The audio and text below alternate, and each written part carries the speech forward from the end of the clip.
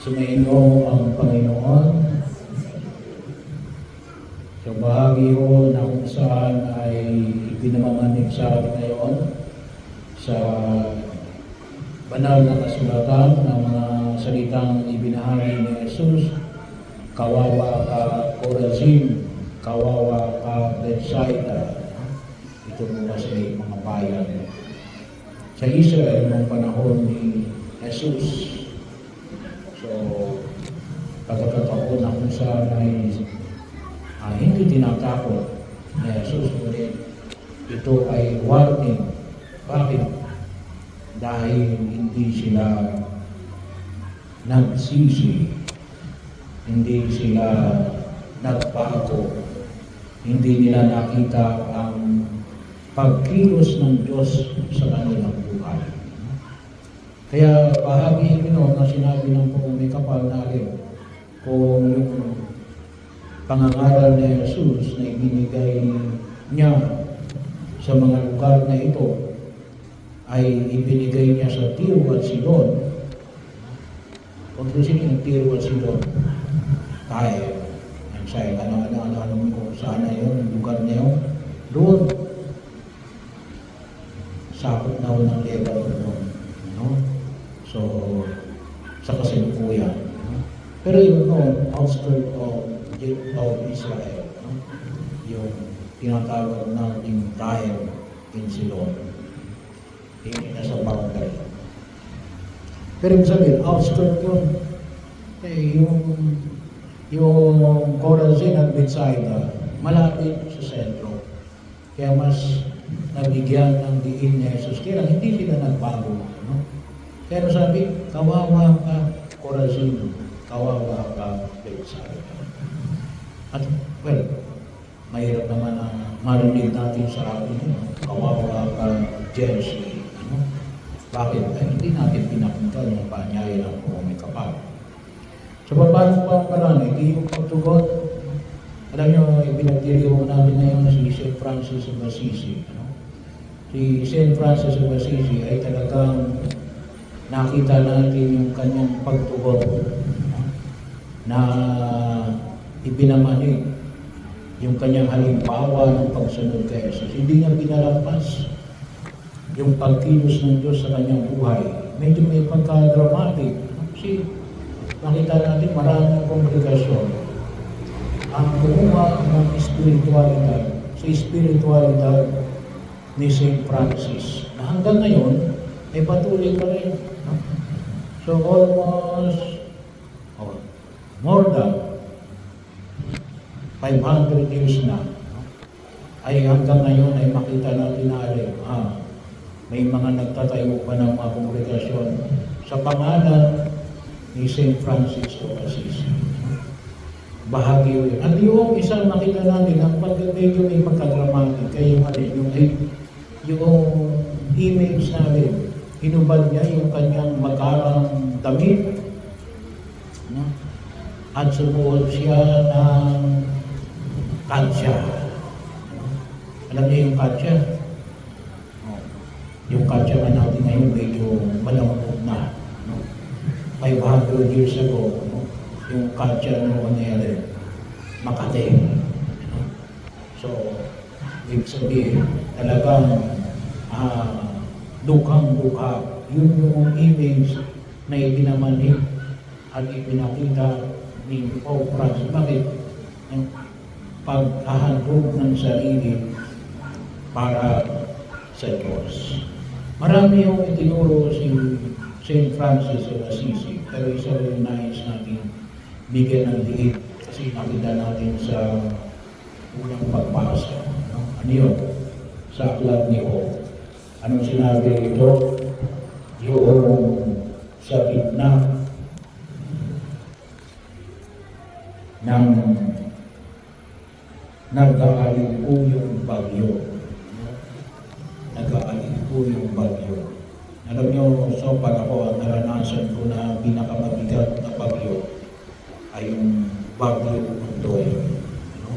Aywan ko lang kayo kung mayroong pang mas mabigat pa kayo sa bagyo Ondoy. Hindi ko lang ito, baka naranasan. So para mas matindi yung pinsala, no? Nakita natin, pagkabat matagal-tagal na rito, no? Ay bahagi ho, no? Sabi nga natin, very devastating ang epekto ng bagyo ito at lalo-lalo na ngayon, pinag-uusapan natin yung climate change. Bakit? Kasi isa sa binibigyan ni St. Francis of Assisi yung kalikasan.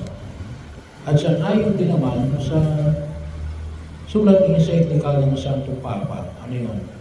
Yung bahagi na makita natin yung pangangalaga sa pangkaraniwang tahanan.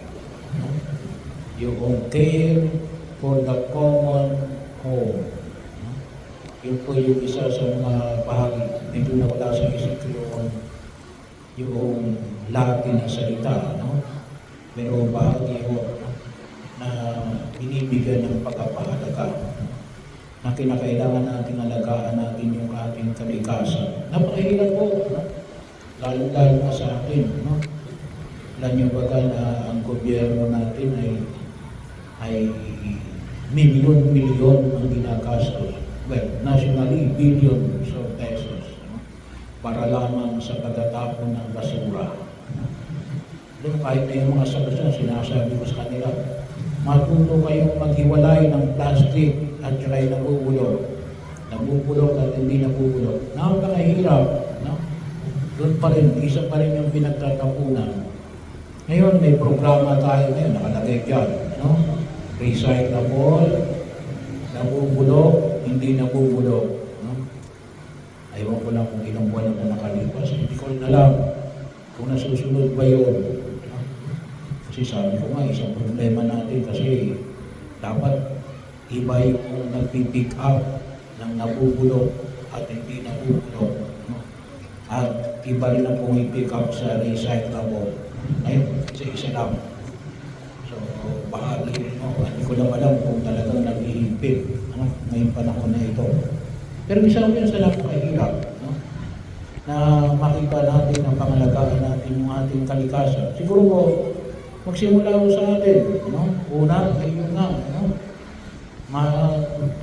Maturuan natin yung bawal tahanan at yung bawal mga kabataan na mag-segregate ng mga nabubulok at hindi nabubulok. Kapag yung nabubulok, anong gagawin? Ay hindi magukay sa bakuran at doon na lamang ilagay at tabunan, no? So, para mabulok yung mga dapat na mabulok, no? So, bahagi rin mo yun. Alam nyo, sabi ko, kung yung maalala, no? Ako noon ay nag-atika ng sweater. Kailang I'm hoping na sana magkaroon ng mga volunteers. Pero hanggang ngayon, wala pa rin. No? Isa ko sa mahirap na pag-hamon sa atin. Kasi nga, dito ay bulubundukin pa. No? Hindi pa natin masyadong nakikita yung impact na tinatawag natin climate change. No? Pero sana maunti-unti natin pag nililigan. Kanina ko kasi, ako ay namiss sa San Pablo kasi may parokya tayo ron na St. Francis of Assisi. Walang pasok sa buong San Pablo. Bakit? Kasi gawa ng yung Taal volcano ay pumutok. So nagkaroon ng smog. So natakot yung mga public officials. Kaya tineclare nila na wala munang pasok sa araw na yun. Pero bahagi yun na kung saan ay makita natin, ang epekto niyan sa environment. Yun naman ay kalikasan. Lalong umiinit. Bakit lalong umiinit? Ay nagsusunod tayo no? Kahit na plastic, nagsusunod tayo. No? So yun ang tinatawag natin isang bahagi ng climate change. No? So, at isa yun, kung paano Alam niyo, ako yung sumusubok, no? Doon sa parokya, meron akong isang blue na plastic na drum. No? Yung ibang mga nabubulok doon ko ilalagay. Tapos nakasahod doon sa ano doon. Para kahit papano, yung mga nabubulok, madaling mabulok kasi mababasa. Ano? So, bahagi rin mo yun. Hindi mga attempts. Ano? Pero siguro, unti-unti no? Sa atin. Sana makita natin, ano? Kahit na siguro sabihin natin, napakaliit lang nito. No? Samantalang yung usok sa kalye, napakalaki. Ano? Ang dami. Tapos yung mga kumpanya. Pero ibig sabihin, hindi natin sakop yun eh. Ano na yung sakop natin? Yun ang bigyan natin ng pagkakataon na kahit pa paano sana ay pagsumikapan natin na may ayos. So, isa yun siguro. No? Yung kapag nabawasan natin yung mga nabubulok, ay mailagay natin sa ating bakuran, kukunti ngayon ang dadalhin ng basura. Kapag kumunti yung dadalhin ng basura, hindi kakaunti lang yung babayaran ng gobyerno. No? Kasi nakapag-segregate na tayo. No? Well, sabi ko nga, sa atin medyo mahirap. Sino sa'yo nakapunta ng Japan? Wala pa siya nakapunta ng Japan. No? Ako ba'y pinalad na nakapunta ng Japan? No? Alam nyo, nakakatuwa. No? Wala akong ano doon. Walang kami masyadong nakikitang basurahan. No? One time may mga stalls doon na mga bilihan. May basura ako. Itatapon ko kasi sanay ako na itinatapon ang basura sa basura. Itinapon ko doon sa isang akala ko, basurahan. Hindi pala basurahan yon. Ano yon? Lagayan ng payong. No? Napaya ako. Hindi sila naglalagay ng basurahan. Iuwi mo yung basura mo. No? At yung basura mo, yun ay tawag nito, kinikilo. Kapag magbabasura ka, at kapag kinilo yun, ikaw magbabayad dun sa basura mo para kunin yung basura mo. No? Ganun dun sa Japan. No? And may mga lugar doon sila na hindi talaga city. No? May lugar doon silang rural. No? Pero gayon na yung kanilang training. Bahagi ko yun. Sabi mo sa atin, siguro, ay suntok pa sa buwan mo. Pero, dapat, sinisimulan na natin. Or else, ano na sabihin sa atin later on? Kawawa ka. No? Kasi bakit? Yung basurang itinapon mo, babalik din sa'yo. Bahagi yun. Na makita ko natin.